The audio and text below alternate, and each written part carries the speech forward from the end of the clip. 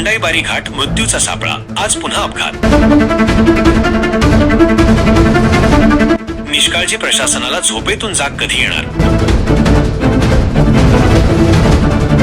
मोहसिन शेख, विसरवाडी।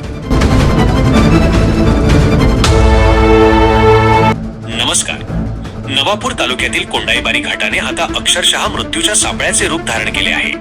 अपघातांची मालिका दिवसेंदिवस भयावह रूप घेत असतानाही प्रवाशांच्या सुरक्षेची जबाबदारी असलेल्या महामार्ग प्राधिकरणाचा निष्काळजीपणा आणि बेफिकिरी उघडपणे समोर येत आहे। संतप्त नागरिक आणि वाहतूकदारांनी प्रशासनाला जाग कधी येणार असा आक्रोश करत तीव्र संताप व्यक्त केला आहे।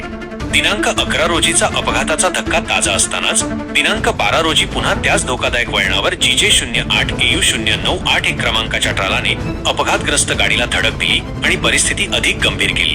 लोखंडी सळईने भरलेला हा ट्राला अपघातग्रस्त होणे हे स्पष्टपणे दर्शवते की हा घाट वाहतुकीसाठी किती धोकादायक बनला आहे। सुदैवाने यावेळी जीवितहानी टळली असली तरी वारंवार एकाच स्थळी होणारे अपघात हे प्रशासनाच्या गलथान आणि बेजबाबदार कारभाराचे जळजळीत उदाहरण आहे। कोंडाईबारी घाटात ना योग्य सुरक्षा व्यवस्था, ना धोकादायक वळणांवर आवश्यक असणारे दिशादर्शक फलक, ना तातडीने मदत पुरवणारी आपत्कालीन यंत्रणा उपलब्ध आहे।